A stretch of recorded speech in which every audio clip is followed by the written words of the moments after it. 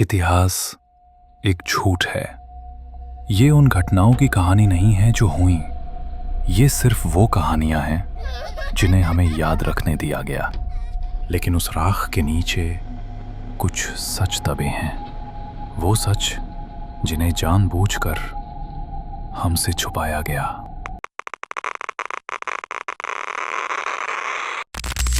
हमारे पूर्वजों ने हमें कहानियां नहीं, चेतावनियां दी थीं।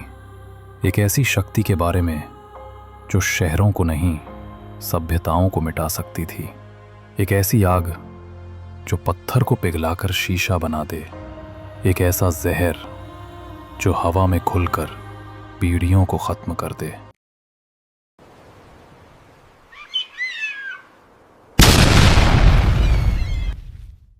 सोलह जुलाई 1945। दुनिया को लगा कि इंसान भगवान बन गया है, कि उसने पहली बार सूरज को धरती पर उतार दिया है। ये इंसान की सबसे बड़ी और सबसे खतरनाक गलतफहमी थी। हमने उस शक्ति का आविष्कार नहीं किया था। हमने सिर्फ उस भूले हुए ज्ञान को फिर से खोज निकाला था। सवाल ये नहीं है कि ये अस्त्र था या नहीं। असली सवाल है, क्या हम इतिहास को दोहरा रहे हैं?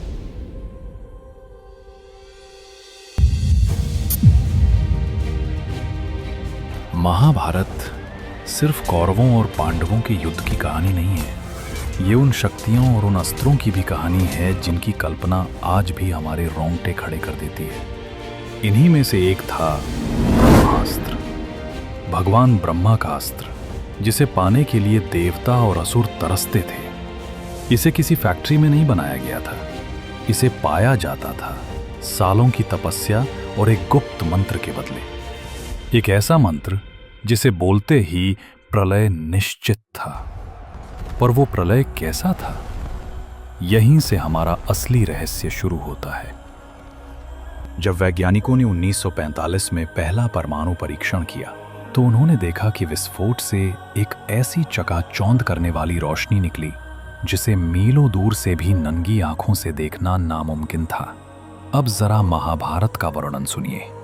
जब अश्वत्थामा ने ब्रह्मास्त्र छोड़ा तो लिखा है, तब एक ऐसी ज्वाला प्रकट हुई जिसमें 10,000 सूर्यों का तेज था।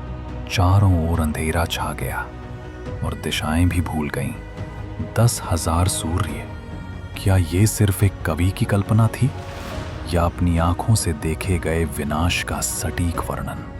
परमाणु बम सिर्फ रोशनी नहीं, भयंकर गर्मी और आग का एक ऐसा तूफान लाता है जो सब कुछ पिघला देता है। इसके बाद धुएं और राख का एक गुबार आसमान में उठता है जिसे हम मशरूम क्लाउड कहते हैं। और हमारे ग्रंथों में क्या लिखा है, सुनिए। अस्त्र चलने के बाद हवाएं जहरीली हो गईं। हाथियों की सेना आग में ऐसे जलने लगी जैसे जंगल में पेड़ जलते हैं। आकाश में धुएं का एक विशाल स्तंभ उठा, जैसे एक साथ दसियों विशाल छाते खुल गए हों।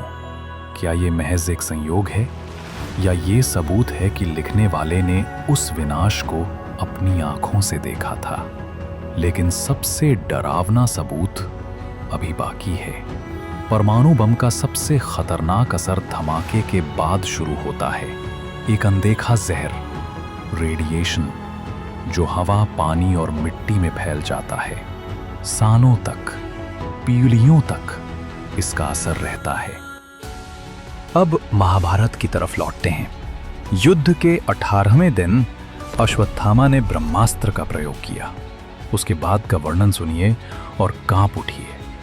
उस भूमि पर 12 वर्षों तक बारिश नहीं हुई।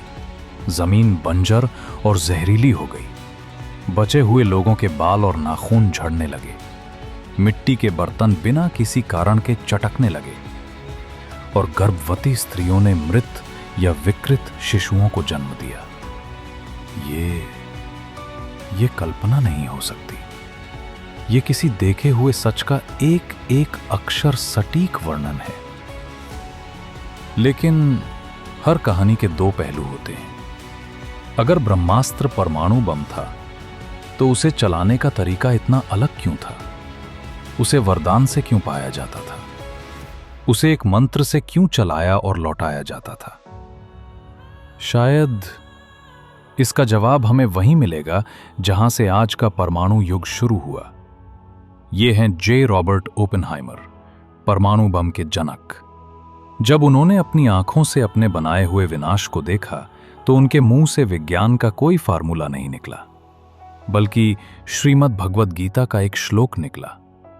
तो क्या ओपेनहाइमर ने कुछ नया बनाया था, या उन्होंने बस एक भूली हुई हजारों साल पुरानी आग को फिर से जला दिया था? क्या हमारे ग्रंथ सिर्फ कहानियां हैं, या खोई हुई टेक्नोलॉजी की गाइड बुक्स? इसका अंतिम फैसला हम आप पर छोड़ते हैं। अपनी राय नीचे कमेंट्स में आग की तरह फैला दीजिए। क्या आप मानते हैं कि हजारों साल पहले हम आज से ज्यादा विकसित थे,